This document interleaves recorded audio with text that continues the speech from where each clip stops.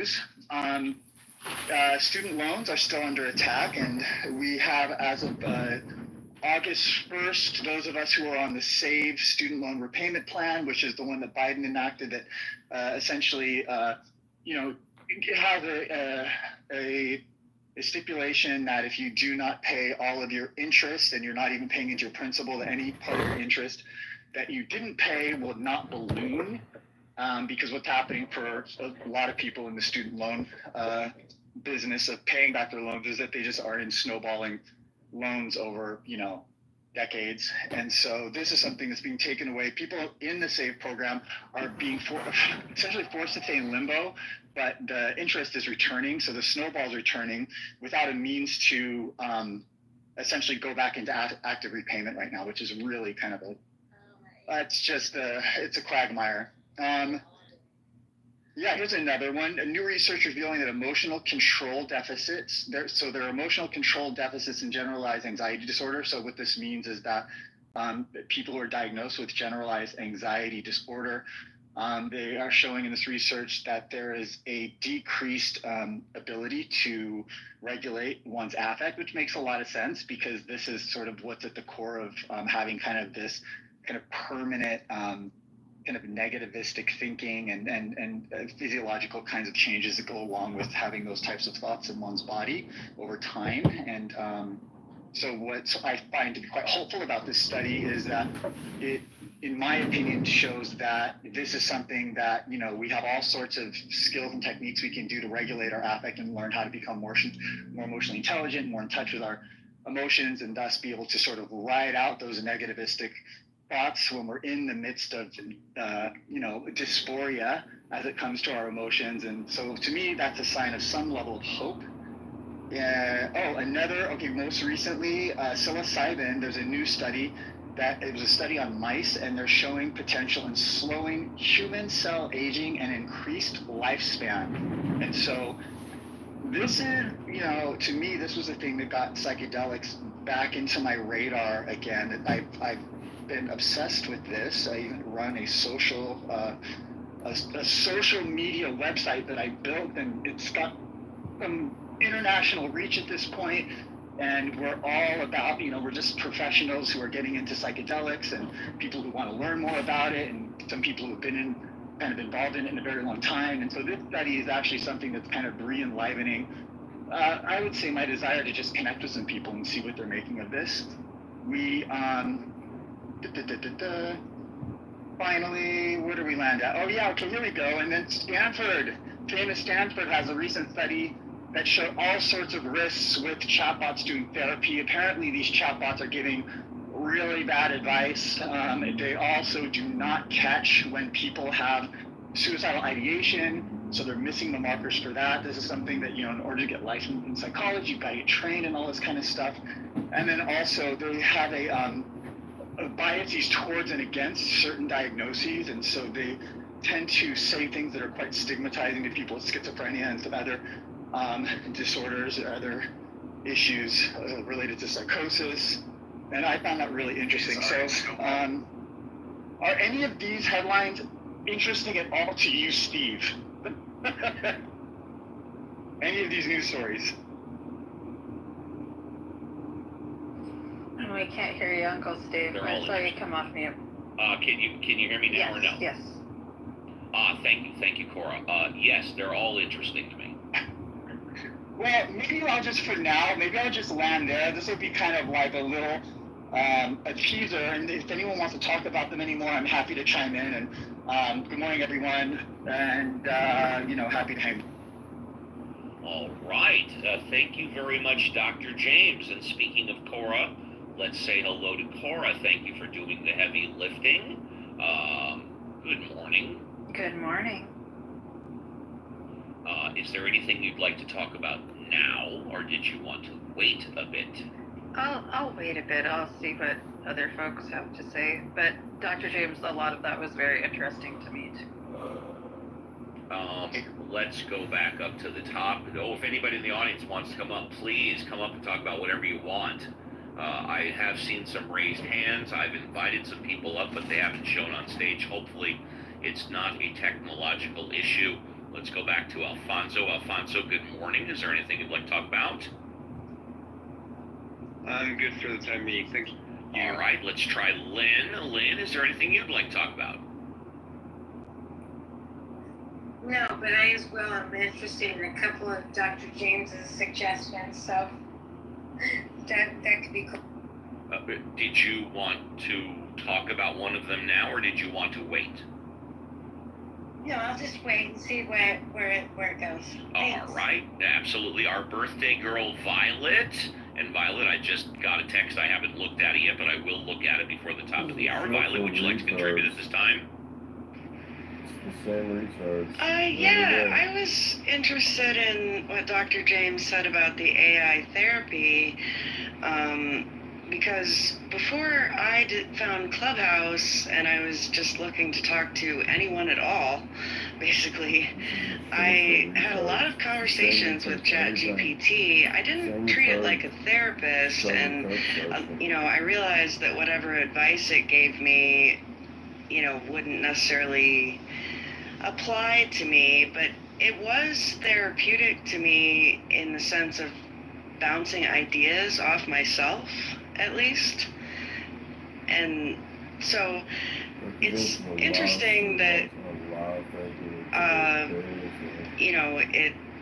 because it seemed helpful about 10 months ago, maybe, when I was doing it a year ago, just to talk with it. So I am interested if they're going to be able to correct that, because it could be helpful for therapeutic. I mean, if they program it right, it seems like it could be. Dr. James, did you want to respond to that now?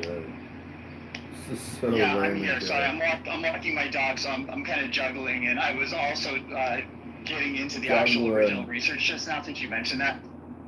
Well, just quickly, and I will have more to say in a little bit. I just want to get into exactly what they're purporting to say, because it could be that the headline misconstrues maybe some of the minutia, but essentially what I understood when I read the article about the research, which is not the best way to digest research, was that they are saying that it misses markers for suicidal intent. And so, one of the main markers for someone being willing to take action on suicidal ideation is that they have intent, they have means, they have a plan, but intent is the one that, we're really looking at, because without intent, oftentimes people, I know everybody's had some amount of depression or sadness in their life at one point or another, grief. And so I don't mean to sound like I'm doing the mansplain thing when I say it in this way, but I'm just trying to quickly say that when people have intent and we're doing suicide risk assessments, and someone says, look, I have a plan to X, and I've been thinking about this for a while, that's concerning. But when they have intent, that means they're likely ready to activate and actually go through with it.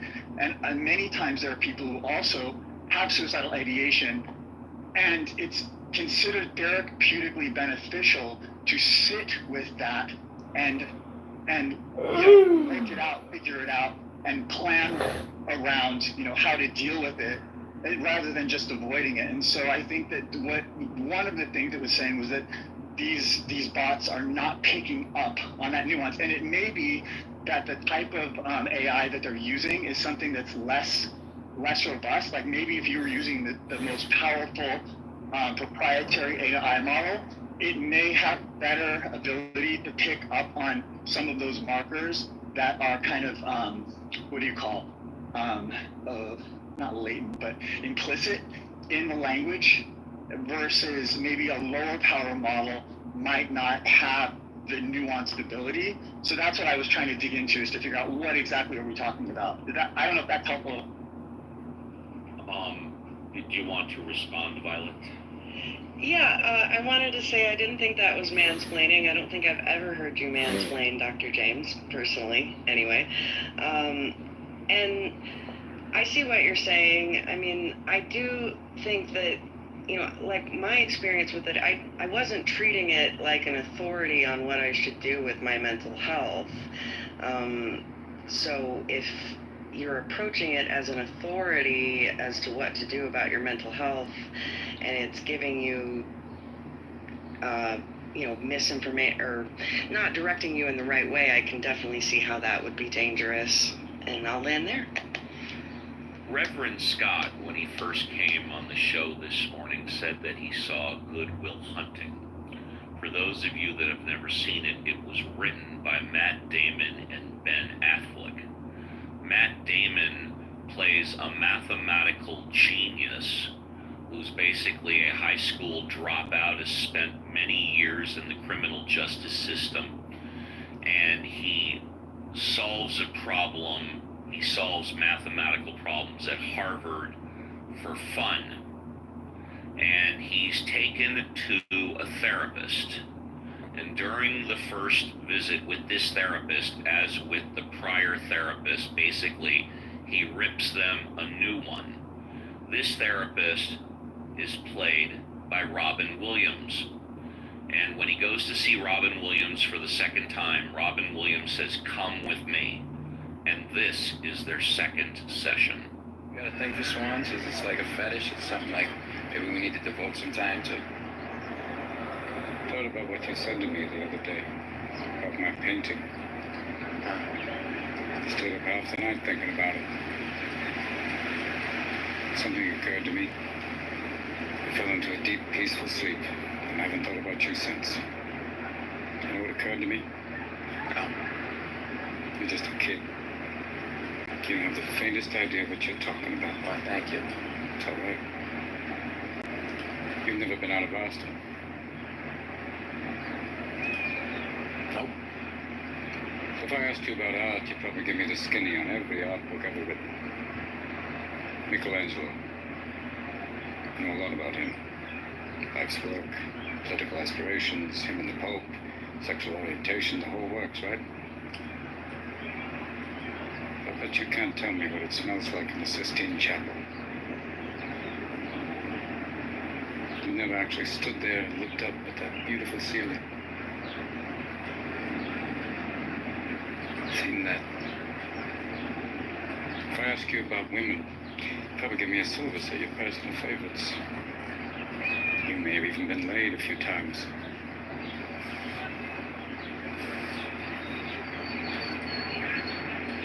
But you can't tell me what it feels like to wake up next to a woman and feel truly happy. You're a tough kid. I ask you about war, you'd probably throw Shakespeare at me, right? Once more into the breach, dear friends. But you've never been near one.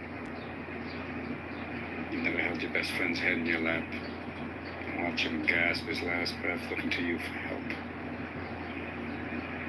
I ask you about love. Probably quote me a sonnet. But you've never looked at a woman and been totally vulnerable. Known someone that could level you with her eyes. Feeling like God put an angel on earth just for you. Who could rescue you from the depths of hell. And you wouldn't know what it's like to be her angel.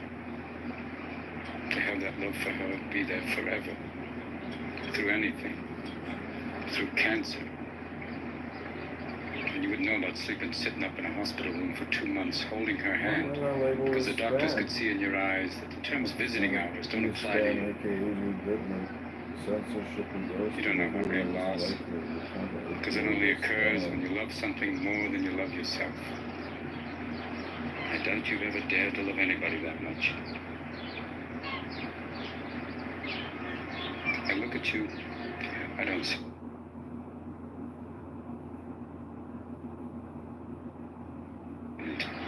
I see a cocky, scared, shitless kid. But you're a genius, Hood. No one denies that. No one could possibly understand the depths of you.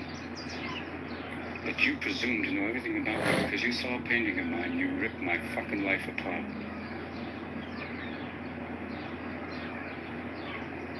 You're an orphan, right?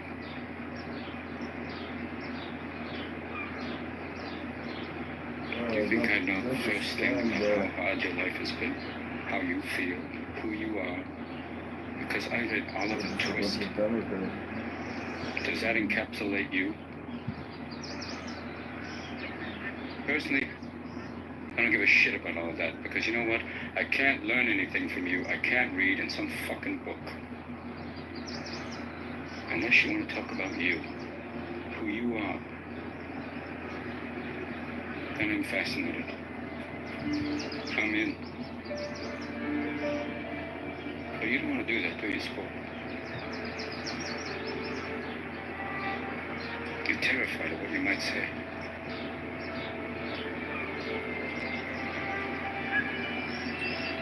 You move, Chief. Dr. James, I have a question for you. And I have a comment about that clip, so I'll answer your question first, and then I'll comment. It's actually about the movie and the clip. Did you see Good Will Hunting? And or what did you think of Robin Williams' character and or the clip? Take as much time as you want, thing. I have seen it. It's been a very long time.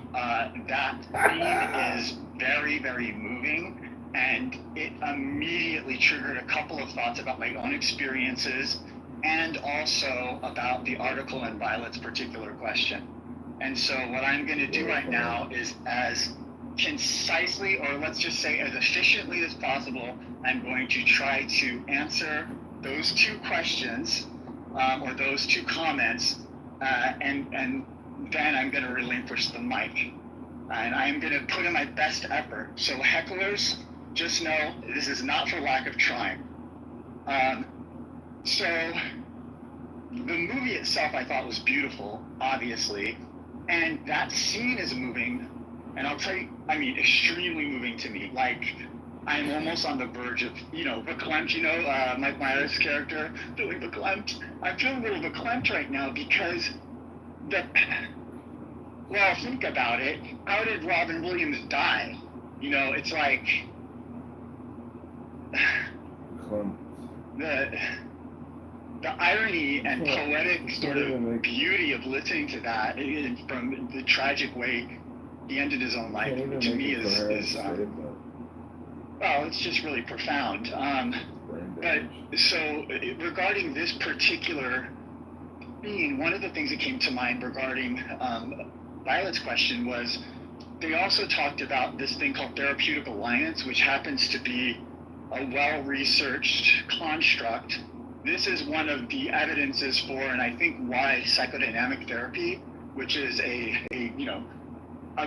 grandchild of Freud's original psychoanalysis, but it's been changed quite a bit through the years. But essentially, this is one of the things that psychodynamic therapy is, and therapists that practice it are said to really excel at. And this type of therapy they look at often is the therapeutic alliance, because it's shown that this is something that can actually be predictive of a good therapeutic outcome over time. And so what I was thinking was, you've got Robin Williams, right, with his client, his patient, and he said, I've been thinking about you, right? And an AI can't really think about you. An AI doesn't go to bed at night and have dreams, and you know about their imagination and intertwine with the loves they felt and the thoughts they have, and then you come back and maybe you've both been doing the same thing, and there's a relationship. I mean, there is something to this idea of two humans having a relationship versus a human projecting feelings onto a non-human, which is fine because we do that, but it's not exactly the same thing. So that was one thing. I'm thinking that Betty, what it did show was that therapeutic alliance is impacted negatively, is one thing I believe the article says. And then the other thing, I wanted to say, here we go. So the other thing I really liked about this scene, where Robin Williams was basically having him evoke his senses and giving him kind of like a version of what's called the miracle question in solution-focused therapy, which is where you say, imagine a time where everything is different. Looking back, what would you have thought about this moment? Or imagine a time, if you could have anything in the world And all the possibility was your oyster. What might it be right now, and how would you get there? You kind of evoke the imagination, and I think evoking the senses is a version of that, where, like, it was a way of showing him maybe he does have something to live for without sort of beating him over the head with it, and it was a way of not avoiding the potentially lethal depression that he was in as a character in this movie, and that people are in every single fucking day. These people are people that I've sat with at, inpatient, locked unit, psychiatric facilities, on open units, in community mental health, in hospital settings, in my personal life. Everyone I know at one point has felt depressed. And the last thing we need when we're depressed is for people to give us what we want to some degree, which is probably to just let us rot by ourselves and just be done with it. At the same time, what we all need is to be respected in our sadness and to not be stigmatized because we have thoughts like this. And I'm going to land here with this. I mean, who of you who's ever felt suicidal feels more proud that you came through it than ashamed that you had the thought? I'll end. And with that, we are at the bottom of the hour. Good morning, everybody, and welcome to another edition of Ask the Atheist with the Mod Squad. Hopefully you can tell by now I have assembled the best Mod Squad in the history of Clubhouse. They have a wide variety of fields of expertise and knowledge. Unlike other Clubhouse rooms, we put a priority on the new speakers. We encourage you to be bold, brave, courageous. Come on up and you can talk about anything you want. You can talk about you, me, the Mod Squad, God, religion, current events, politics, whatever strikes your fancy. Just have a take and don't suck. We're going to continue with the show. Let's see. Let's go to Reverend Scott. Would you like to contribute at this time? Reverend Scott. Uncle Steve, hey, how are you? Yes. Hi. I do want to say that... You saw the movie last night. I don't know if it was your first time, but you saw the movie. No, I've seen that movie many times. I've seen it many times also. But my friend who I was with had never seen it, which is wild, right? So I think it's very interesting to watch a film with someone that you love and you know is great, someone who hasn't seen it, because you get to experience the thing through their eyes a little bit, so it reminds you about some of the things you love and what what you liked and what drew you to the movie first. I do think one of the things that's two things I think. One thing I'll just say that I think is kind of interesting. I was thinking about your opening comments on William Jennings Bryan, someone who I think is a fascinating Stokes trial, which was 100 years and 2 days ago. Yes. Amazing. And someone who I think is a fascinating public figure and represents something that I don't think you see very often today. He is someone who is a man of the left. He was certainly a man of the left of his day, right? He was anti-war. He was an economic populist who, again, his famous address, I think it was Democratic National Convention, it was called The Cross of Gold, which was a decrying of capitalist greed and the materialism that he saw sort of destroying and oppressing working class people. And at the same time, he was someone who was an opponent of philosophical naturalism. Right? He thought that a kind of materialist, Darwinist approach to the explanation for human origins and for what's really real about life was insufficient. Now, you could agree or disagree with his politics or his religious and metaphysical commitments. But what's interesting is his ability to synthesize something that's generally not synthesized there, right? If you are an opponent of philosophical naturalism and, critical of that and dialogue and with those folks, you're generally on the right? You just don't see people that are progressives who also are advocates of religious faith and defense, and are sort of defenders of it and face those challenges like the new atheism or something. And likewise, you don't see many people who are on the right who are critics of religion. It happens, again, there are exceptions to these patterns of laying out. But generally, the people on the right that are atheists wind up defending religion. I think of Greg Gutfeld or Karl Rove very famously, right? Karl Rove is a very candid atheist, but you never hear that guy critical of theism, of evangelical Christianity, because it's just, the ideological landscape is so silent that it's almost like when you pick your side in the partisan divide or in the cultural conflicts, you can't transgress the norms, right?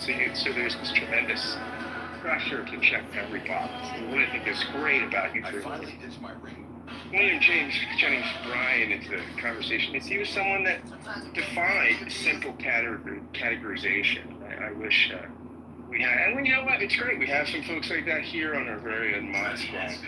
We have people like you, Uncle Steve, who are not siloed, for whom any idea is on the table, baby, and who entertains any idea, of course, on the best 3 hours of Clubhouse. The XO signing off.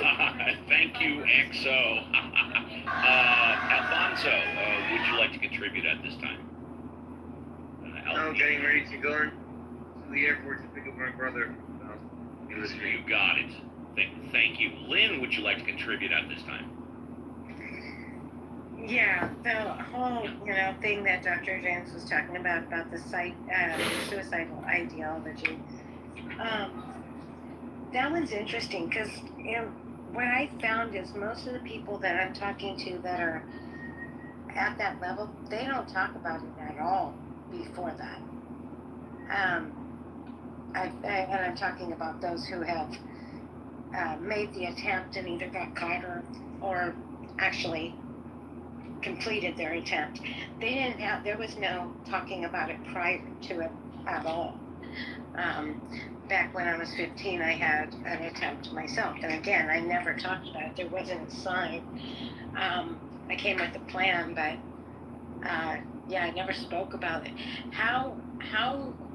What signs could I be looking for, Dr. James, that would help me with those people that they've developed a plan, they have the intent, they have a plan in place so they know how to do it, but aren't speaking about it? Is there any telltale signs that we as human beings can see beforehand that when they're not speaking? What's the context? I mean, where are you when this is happening? It's a very kind of specific question about a very kind of ambiguous, broad. What's the context? Can you give me something in particular? I do have something to say after Dr. James.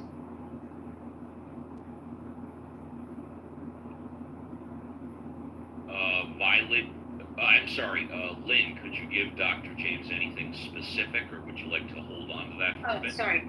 I'm talking about in the context of a lot of my CASA girls that are trauma-based. Is this residential treatment? What's the context? What's the type of care being given? What's the peer counseling, I guess, would be the best one, Dr. James. Is it in-house, meaning they live there and they're sort of a captive audience, or is this people who come in voluntarily? What's the severity? Girls are in juvenile hall, yes. They're in juvenile hall, okay. Yeah. And so you're saying the patients that you have in juvenile hall will come in and they're not talking about the fact that they're feeling suicidal.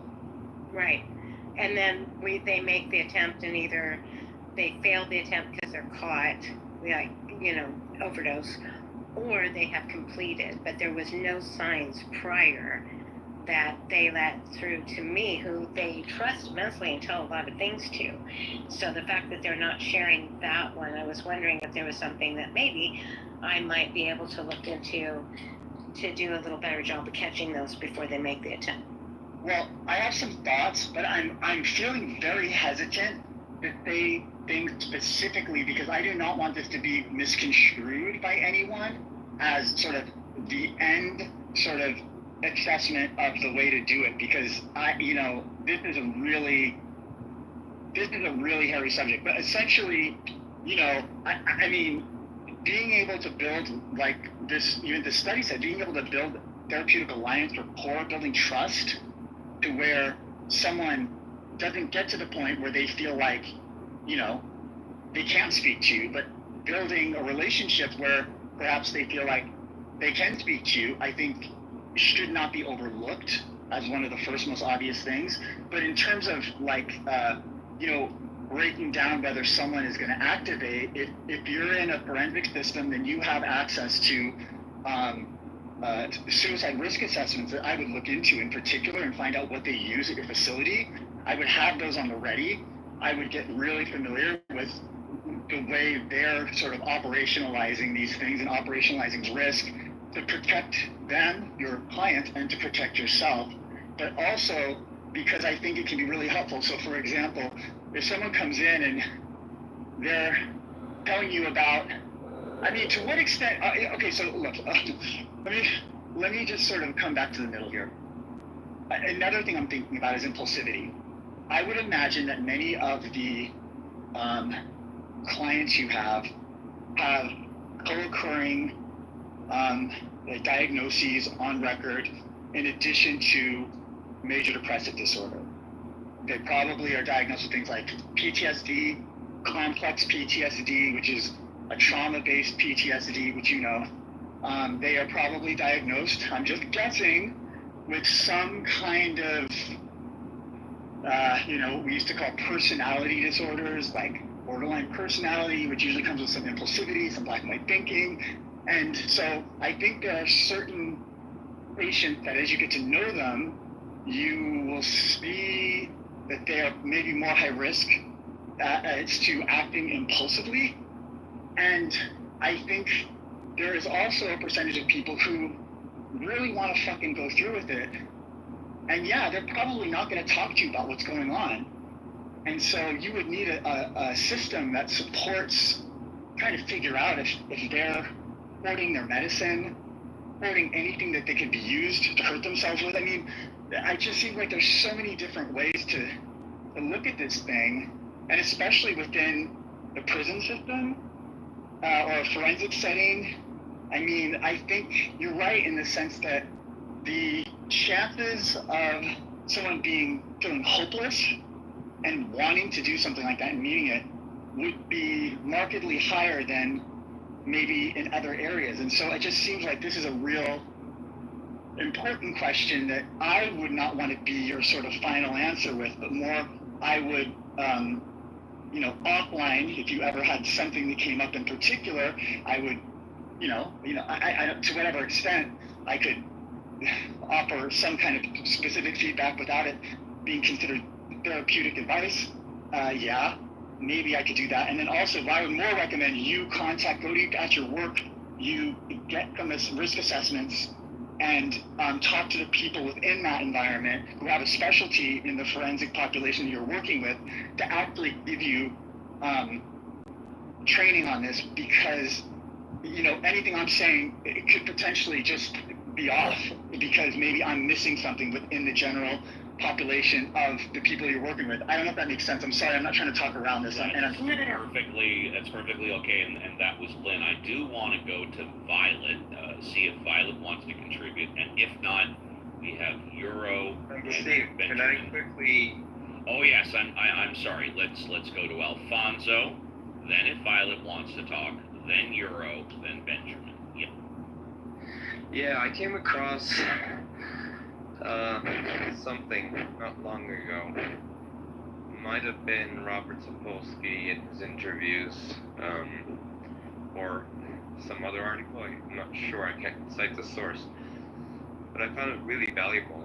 What they said was there are no actual definite telltale signs of someone who's about to take their lives.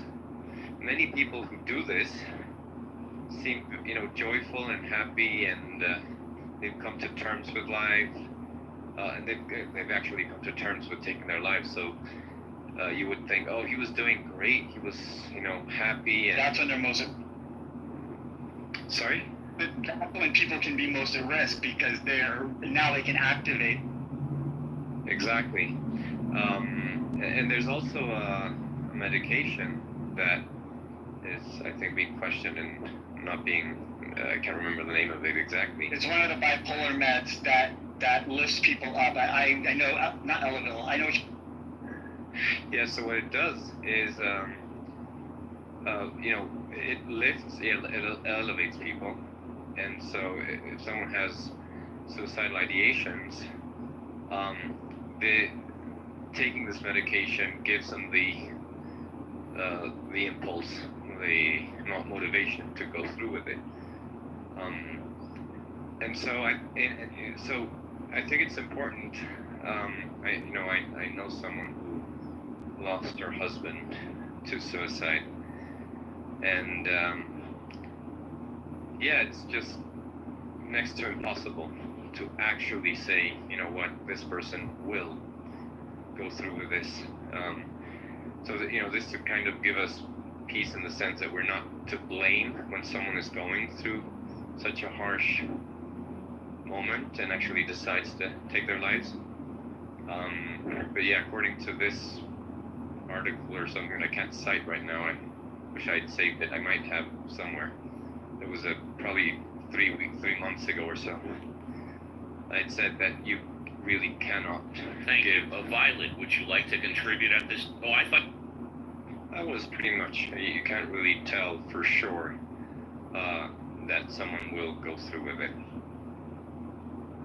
Thank you. Violet, would you like to contribute? Excuse me? I'll see you later, yes. Or you can talk later, yes. Violet, would you like to contribute? Or are you good? I just wanted to finish by saying that while I found AI helpful for introspection, I felt it wasn't until I found Clubhouse and started meeting friends and making connections with real people that, and also mental health therapy and all that, but Clubhouse, real people. I can definitely understand the importance of real people, and I'm glad to be here with you guys this morning. Thank you. Happy.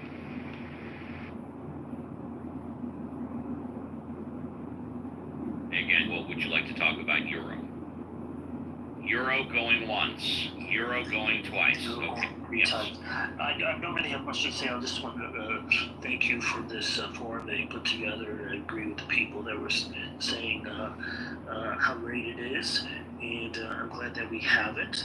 But I don't have a particular topic to say, so I'll just say thanks. It's my pleasure. Thank you for the compliments. Benjamin, you're up. What would you like to talk about? Oh, I came across a really fun medical paper, tax funded. You paid for this. And I thought I would take the liberty of reading for less than 60 seconds. You may read anything for less than 60 seconds, yes. This is science. This is science. You have a scientist, at least one, if not 17. In the experts, this is their expertise. This is science. I'm going to read science. Everybody prepared? Glaciers. This is science about glaciers. Is everybody excited about glaciers? This was first published in January 10, 2016. It was funded. I don't have access to the full article because, of course, even though I paid for it with taxes, it's behind a paywall.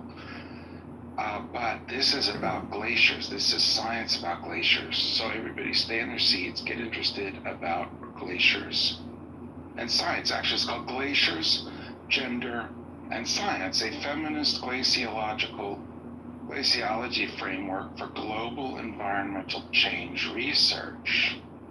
Here's the abstract. Glaciers are key icons of climate change and global environmental change. However, the relationship among gender, science, and glaciers, particularly related to epistemological questions about the productions of glaciological knowledge, remain understudied. This paper thus proposes a feminist glaciology framework with 4 key components. 1. knowledge producers. 2. Gendered science and knowledge. 3.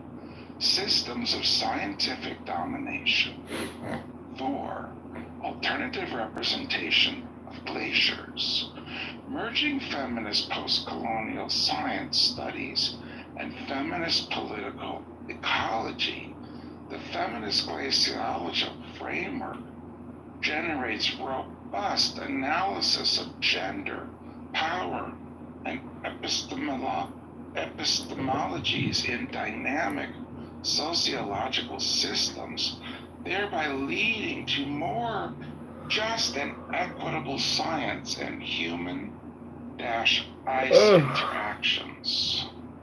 So I don't know the conclusion of this study, because I can't read it because it's behind a paywall, even though I paid for it. But if you're wondering when you pay taxes every year what your money is going to, it is going to study gendered glacier research. And that's amazing. And Steve, I was realizing that you don't have a feminist glaciologist in the panel of experts. So there's an open position for an expert on feminine glaciology.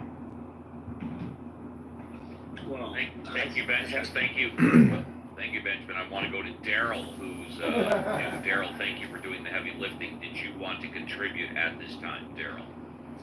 Only briefly. In high school, I actually knew 2 people who had attempted suicide, and there was another senior in high school who actually, committed suicide. I don't know if that's the right phrase or not, but what I did learn, because I went to Catholic school, and it's a very close community, so things like that are taken very seriously. But what I did learn is that, to echo what Dr. James had said, that I think the people that go through with it, I don't know that there are a lot of warning signs. It's been said, and Dr. James can, slap my head if I'm wrong, but it's been said that the people who attempt in other ways, it could be considered like a plea for help in some ways. It's interesting. I'm not making any sense, but that resonated with me because of my senior year in high school. Steve, can I go next? Thank you very much, Daryl. Okay, Hero, you can take a couple of minutes. I was just gonna, if it's okay, I was gonna answer Wait, is it Hero or Hero? Oh, I'm sorry, I thought you said... No, it's who said, Steve, can I go next? Dave, me. Dave. Okay, Dave, you can take a couple of minutes, and then was it Euro or Hero that started talking? Thank you. So, Dave, hold on. Dave, hold on. Was it Euro or okay? Yeah. It was Euro that started talking. Yeah, I apologize. So Dave, you can have a few minutes, and then Euro. Go ahead, Dave. Okay, good. So about Goodwill Hunting 1997, right? So in 2025, I work on AI, so I can exactly understand what, from the AI perspective, what is Goodwill Hunting 1997, the dialogue between Robin Williams and Matt Damon, right? So basically, Matt Damon is like a very good search engine. He has all the knowledge base. He can quote all the things about books that he has read. But Robin Williams criticized him back. But you don't have personal empathy toward what you read because you have not been there. You have never been in love. You never come across situation where somebody has to commit suicide, and whatever you have read, you can't apply to that person. So in 2025, we are now at the state of AI where people are still have to attempt to how to incorporate those personal information, like what Dr. James said about. It is, and also what I think Violet asked, what kind of information that has to be incorporated into an AI chatbot in order to prevent somebody commit suicide? Why am I talking about this? Because back in 2021, when there was a height of COVID variant Delta, there was a New York journalist written a lot about grieving. There are a lot of people, close one died, so grieving is a key topic. And that was 2021, but somehow I promised her that I will come up with a solution called AI for grieving. And 2023, I promote the concept of AI for compassion. And it seemed like there's a study in Harvard, because a lot of time people just need to spend time with the doctor, and the doctor have to just talk to them, but doctor don't have so much time, and so people don't get really, help a lot. So if AI could just even take over some of the role of talking to the patient, it would already give some sense of compassion, and based on the survey, people prefer that and give a high score when AI is able to take over some of the role. But the biggest thing is we need not just chatbot for one-to-one patient. We need a whole society to deliver that positive impact. And therefore, that's why I'm working. Even though I talk a lot about religion, but my research is AI for society of compassion. And I believe Judaism, based on what I learned recently, provides some of the input. And I stop here, but basically, if you next time want to talk about AI, I could help to contribute what is feasible, what is not feasible. Dave, thank you. Euro, you're next. Feel free to have a couple minutes, talk about whatever you want. Okay, well, I'm also very interested in AI and do some research, so I would love to hear whatever Dave wants to contribute later. But to Benjamin's comments about this fascinating glacier study, so I have seen the paper, and the paper is available online, and because he was interested in knowing the conclusions. You read the conclusions, which Benjamin did not really read. That's correct. I have read the tell us what the conclusions said. Oh, okay, sure. So there's four, I would say, main conclusions. One is that glaciology is socially embedded. Two, that the current glacier knowledge is dominated by masculinist Western paradigms.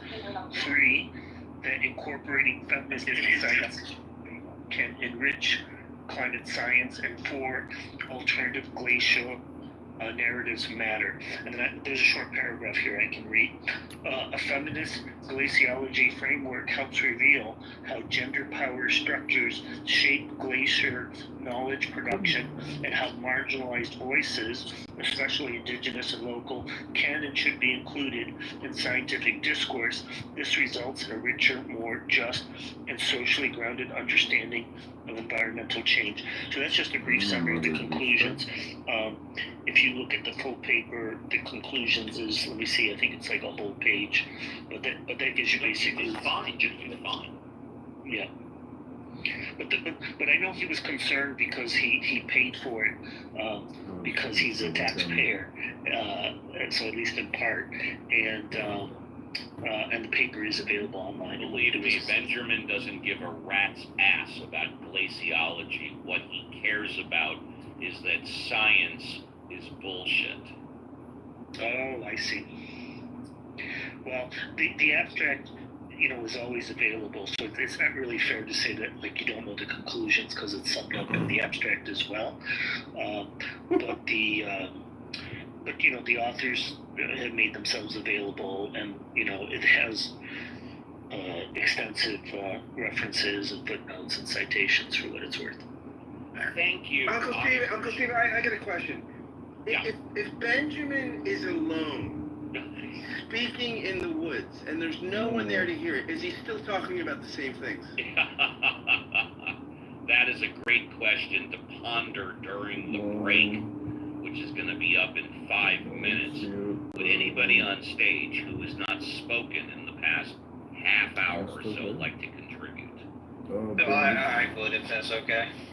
Sure, just say your first. Is it Brent? Yes, please, Brent. Go ahead.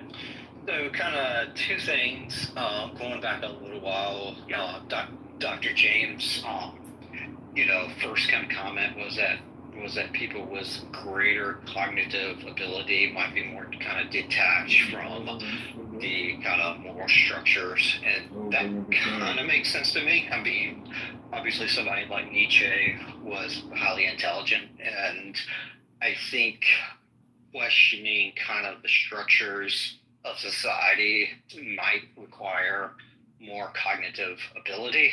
That said, it's kind of highly dangerous as far as the society as a whole, and one of the reasons why this kind of breakdown of social Sorry to norms. interrupt. Please refresh my memory. What is dangerous? Kind of the kind of elites kind of detaching themselves or questioning the moral foundations of a society. So the biggest one would be like Nietzsche questioning the relevance of Christianity and the relevance of not just kind of achieving power. And I would say that that's dangerous because when you do that, or it causes a tremendous amount of instability, and I think we're seeing that. And the way you kind of counter that is, frankly, get more people into more of these socially norming places like church, et cetera, and that. And I think that's a kind of a dangerous tell. The other thing, going back to this science thing, that study does sound silly, but I would argue that, not necessarily who spoke about that, but on a wider level, kind of, we should be funding more, more studies that take risk. I think if you look at academia as a whole and federal funding, there's so much grant writing and non kind of risk averse studies, and the reason why is because people like the previous speaker will get a microphone and say, hey, look at this study, this shows how this is representative of everything, this shows what your tax money is going to, we shouldn't be funding that, when in reality so much basic research is so important in things like pharmaceutical, things like space flight, and other just basic drivers of our advancement in humanity, where there isn't yet a profit motive. And I think when you kind of look at the scientific academy, pre-60s, 70s, and now, one of the reasons why we're not making as many, or at least I would argue one of the reasons why we're not making as many leaps forward is the demagoguery of basic research. And you dropped out. We're hello. You dropped out. Hey, can you dropped can you out? hear me? We're not making as many what? Just basic advancements, and it's because we kind of demagogue basic research because taxpayers might fund a silly study every now and again. Thank you very much. I appreciate that. 2 hours in the tank and 1 hour left. It's time for the top of the hour break again, and good morning, everybody. Welcome to another edition of Ask the Atheist with the Mod Squad. I have assembled the best Mod Squad in the history of Clubhouse. They have a wide variety of fields of expertise and knowledge. Everybody is encouraged to be bold, brave, courageous. Come on up and talk about whatever you want. God, religion, current events, politics, glaciers, suicide. We started off talking about it's the 100-year and 2-day anniversary of the Scopes trial. I am going to be taking what I think is a well-deserved break. Is that it's higher standard studio. You have an oversized bathroom. You have an oversized kitchen. The living area does have a loft bed, but the next buyer could take out that loft bed and just make a regular drop that kind of crazy square rectangle. motherfucker in the goo that's talking right now. Yeah, so that could come out. It has a lot of storage underneath. That's why the owner. Thank you for dropping his ass. Like, at the end of the day, the Democrats are complicit too, because these so-called people who are supposed to be lobbying for us didn't do shit to stop any of this. Like this whole Biden thing dropping out halfway through the race. This thing with Trump running against two women. If you notice, he ran against Hillary, a woman. He ran against Kamala, a woman. This whole thing is a setup. This whole thing was put into place to tear down the financial, the whole market, so that Bitcoin and all that can thrive. They're making money worthless. They're tearing the economy down on purpose. It's the great destroy and rebuild. It's the great reset. This is what the fuck is going on. They don't give a fuck about people right now. They give a fuck about profits. It's always been what it is. Like if you notice right now, when COVID-19 came out, it opened up the door for work at home, working remotely. It opened up the door to roll out AI. It opened up the door to find other solutions to humans. So when you, so they're doing it again. But I'm saying this, the population now, they look at it like, we don't need you anymore. We got AI and robots to do your job, so how can we kill you motherfuckers? We're going to kill you by dropping your health care. We're going to kill you to make it where you can't afford to eat anymore, because shit is so fucking high, and you're not making enough money to sustain.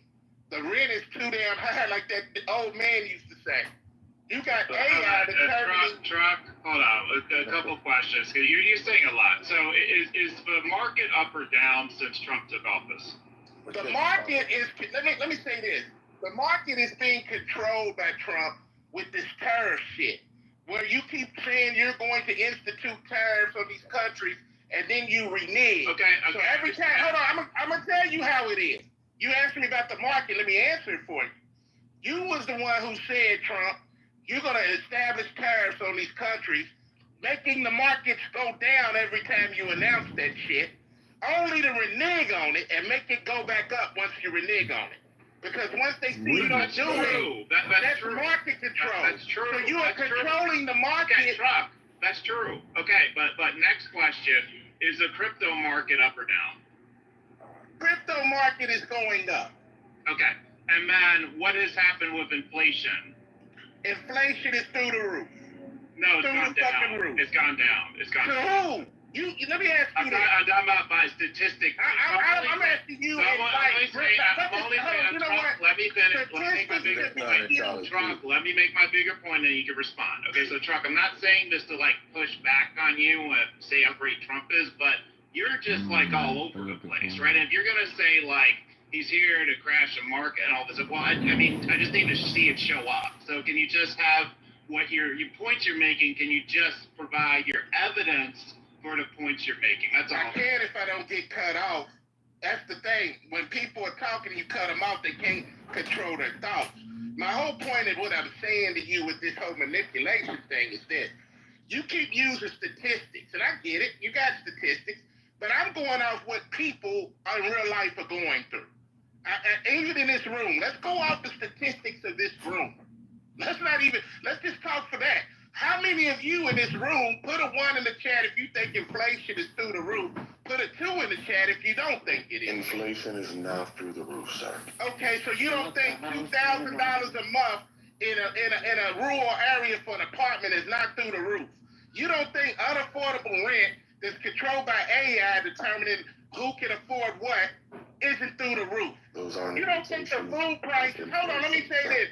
You don't think the homelessness, you don't think that people going to the grocery suffering, coming home with 2 and 3 bags for $100, is it fucking inflation? You sound like Trump. You sound like Trump. This is how Trump won. He made your emotional argument instead of using data. No, I'm going off real life, bro. You're going off. I'm not going off of Bloomberg. I'm not going off of Bloomberg report. This is what Trump said he was doing. I'm not going off. I gotta yell over this motherfucker. You're taking his exact same approach, Trump. You're taking his exact same approach. You heard this cocksucker yelling and you telling me to stop? Stop. The inflation is down, okay? Inflation is not down. If you look at your life right now, you're paying more for everything you have. Everything. But you're telling me inflation is down. Not an indication. How, Sway? How is inflation down? The rate of inflation. How is inflation down when mortgages are running through the roof? They could tell you. No, I can yell cocksucker because I want to, man. I can do what the fuck I want to do. Suck my motherfucking dick, bitch ass nigga. It's okay. All right, I did it. He can come back up if he has some level of cordiality, just a little bit. I just need a little bit. And I wasn't even trying to tone this, brother. Just not a good listen. Well, he had made a few good points, and the drinking of that Kool-Aid is got a Jim Crow idea at food drinking Jim Jones's Kool-Aid. They're selling you a brand of politics that, unlike anything that's happened in the history of America or the world, it's a monarchy, and they're right on that No King's Day idea. They have yet to show me anywhere where make America great again. What specifically? Where specifically? When specifically are they talking about in the history when they say make America great again? And I invited Trump back up, FYI. Is it Civil War, post-Civil War? Is it pre-World War I, post-Vietnam? When the hell are they talking about in history? They have never been specific about that. Because I think they want to date you back to a time when the African people, when the melanated people were picking cotton on a plantation for free. You must study. You must study. You must study. There's every goddamn thing to do with what I'm talking about. I mean, Prince was the goddamn Eric Prince. I'm gonna land. You're changing the I ain't going to land. I'm going to land on Eric Prince. Stay on gold. That guy is the guy that said he wants to take you back and go and recolonize somewhere. And